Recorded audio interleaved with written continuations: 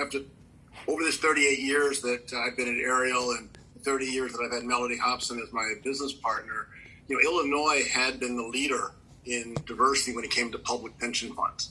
And it was something we were quite proud of. I have to admit that New York, sort of my adopted state, has more than caught up. The leadership that we've talked about today from our comptrollers has been so vitally important to that, and really leading the nation around this really important subject. And most importantly, hiring great diverse talent. People like Cara, and Errol Clayton, and Vicki Fuller. These are extraordinary people that make all the difference for all of us, that are going to go on to make a difference for all of us. So I think it's something we all have mentioned and has had to reinforce that. The other thing I would pivot to is that I do think language matters. And I think we all have to, when we have progressive leaders like we have today in the room, understand that everybody will not execute the same kind of intent that our comptrollers do that are here today. What I've seen is the term emerging manager, I think, is problematic for two basic reasons.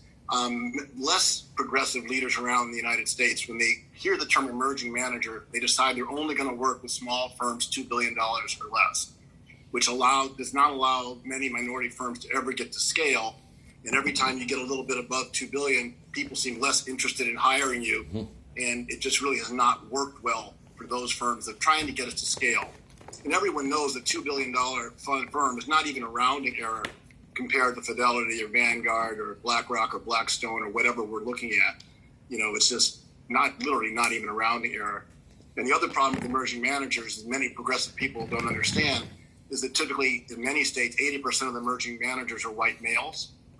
And if you look at Emerging Manager Monthly and you look at the honorees every year, the vast majority of the emerging managers of the year are not black.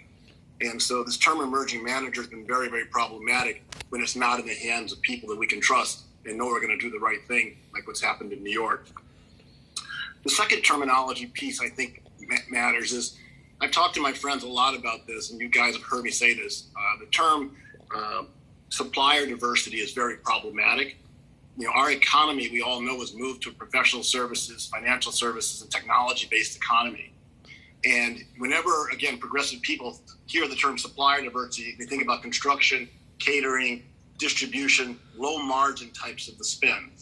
And don't think about professional and financial services or technology, where we know all the wealth and power and influence today come from those three areas: professional services, financial services, and technology. Media is another great space to be in. So what the University of Chicago has done is they've taken the term supplier diversity and replaced it with business diversity. And in Chicago, our business leadership group is starting to use that term business diversity instead of supplier diversity to signal to people that we're open to do business in all aspects of the spend of any city, any state government, but also any corporation or any nonprofit, university, hospital, museum, to get them out of this habit of not using us in the parts of the spend where the true wealth and jobs are created. And then the final term that I would say is important is I as an entrepreneur who started my firm with $200,000 from friends and family 38 years ago, access to capital is important. But I tell people what's more important is access to customers.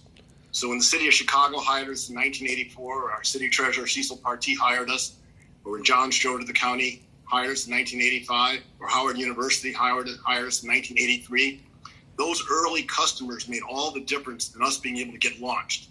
And so we have to start to realize we need access to capital, but most importantly, for those of us in professional and financial services, we need access to customers. So